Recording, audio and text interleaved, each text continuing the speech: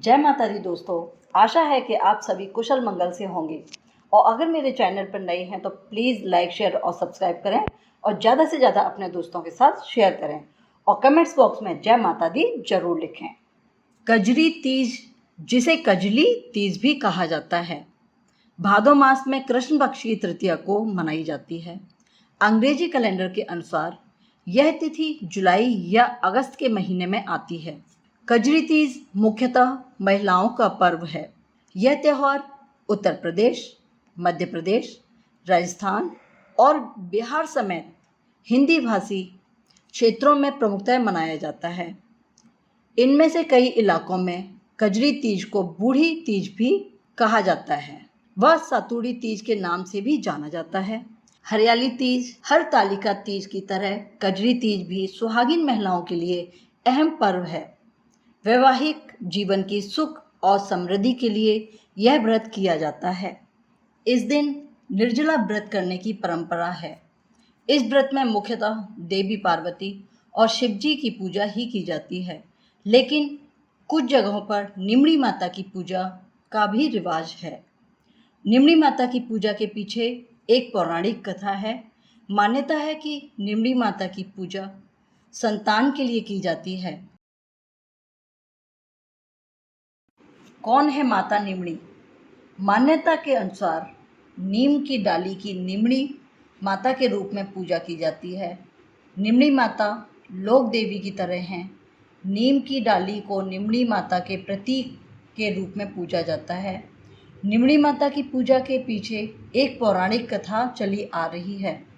संतान की सुरक्षा के लिए इनकी पूजा की जाती है। कैसे करते हैं माता निमड़ी की पूजा?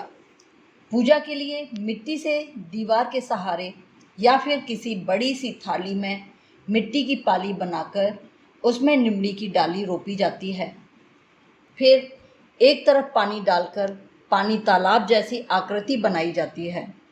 सुबह के समय इसे किया जाता है और शाम के समय महिलाएं सज संवरकर पूजा करने बैठती हैं।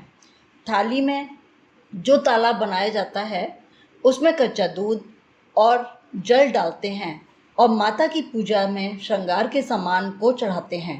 निमड़ी माता को ककड़ी, नींबू, कच्चे दूध और सत्तू का भोग लगाया जाता है। इसके बाद माता निमड़ी की कथा सुनी जाती है। पूजा के बाद चंद्र दर्शन कर उन्हें भी जल चढ़ाया जाता है। निमड़ी माता की व्रत कथा। एक बहुत ही धनवान सेठ सेठानी थे, लेकिन उनकी कोई संतान नहीं थी। इसके लिए सेठानी ने भादों की कजरी यानी बड़ी तीज का व्रत किया और निमड़ी माता से प्रार्थना की कि अगर उसे संतान हो जाए तो वह उन्हें सवा मण का सत्तू चढ़ाएगी।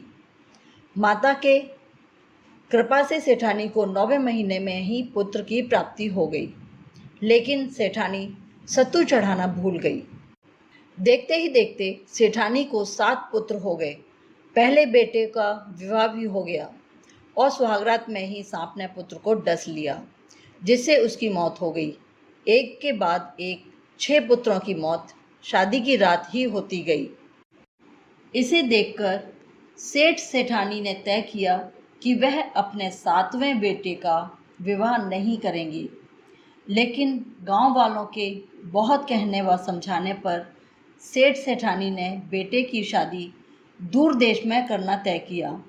बेटे की सगाई के लिए सेठ बहुत दूर एक गांव आए तो देखा वहाँ 4-5 लड़कियां खेल रही थीं, जो मिट्टी का घर बनाकर तोड़ रही थीं। उनमें से एक लड़की ने कहा, मैं अपना घर नहीं तोड़ूंगी। सेठ को ये लड़की समझदार लगी। खेलकर जब लड़की वापस अपने घर जाने लगी तो सेठ जी भी पीछे पीछे उसके घर गए। सेठ ने लड़की के माता पिता से बात करके अपने लड़के की सगाई व विवाह की बात पक्की कर दी। इसके बाद विवाह भी हो गया। बारात विदा हुई। लंबा सफ़र था और उस दिन कजरी तीज भी थी। इसलिए लड़की की माँ ने लड़की से कहा कि मैं सत्तू व सीख दे रही हूँ, रास्ते में कहीं शाम को निमड़ी माता की पूजा करना, निमड़ी माता की कहानी सुनना और सातु चढ़ा कर इसे खाना और सासू माँ के लिए भी ले जाना। रास्ते में ससुर ने बहू को खाने को कहा तो वह बोली, आज कजरी तीज का उपवास है, शाम को निमड़ी माता का पूजन करके निमड़ी माता की कहानी सुनकर ही भोजन करूंगी। एक कुएं के पास निमड़ी नजर आई तो सेठ जी ने गाड़ी रोक दी। बहू निमड़ी माता की पूजा करने लगी तो निमड़ी माता पीछे हट गई। बहू ने पूछा, हे माता, आप नाराज क्यों हैं? आप पीछे क्यों हटी? तब निमड़ी माता ने उसकी सास की सारी कहानी उसे बताई कि वह कैसे सातू चढ़ाना भूल गई। बहू बोली, हमारे परिवार की भूल को क्षमा करें माँ, और मैं आपको सातू चढ़ाऊंगी। कृपया मेरे सारे जेठ को वापस कर दो और मुझे पूजन करने दो। माता नववधू की भक्ति व श्रद्धा देखकर प्रसन्न हो गई। बहू ने निमड़ी माता का पूजन किया और चांद को अर्घ्य दिया, सातु पास लिया और कल्पना ससुर जी को दे दिया। प्रातः होने पर बारात अपने नगर को लौट आई। बहू से ससुराल में प्रवेश करते ही उसके सारे जेठ प्रकट हो गए। सासू बहू के पैर पकड़कर धन्यवाद देने लगी। तब बहू ने सारी कहानी सास को बताई और कहा, अपनी भूल को सुधार करें और निमड़ी माता को सातू चढ़ाएं। 12 महीने के बाद जब कजरी तीज पर सभी बहुओं और सास ने मिलकर 7.25 मण का सत्तू निमड़ी माता को चढ़ाया, गाजा बाजा से निमड़ी माँ की पूजा करी और बोलवा पूरी की। हे भगवान, उनके आनंद हुआ वैसा सबके होवे, खोटी की खरी अधूरी की पूरी। जय माता दी।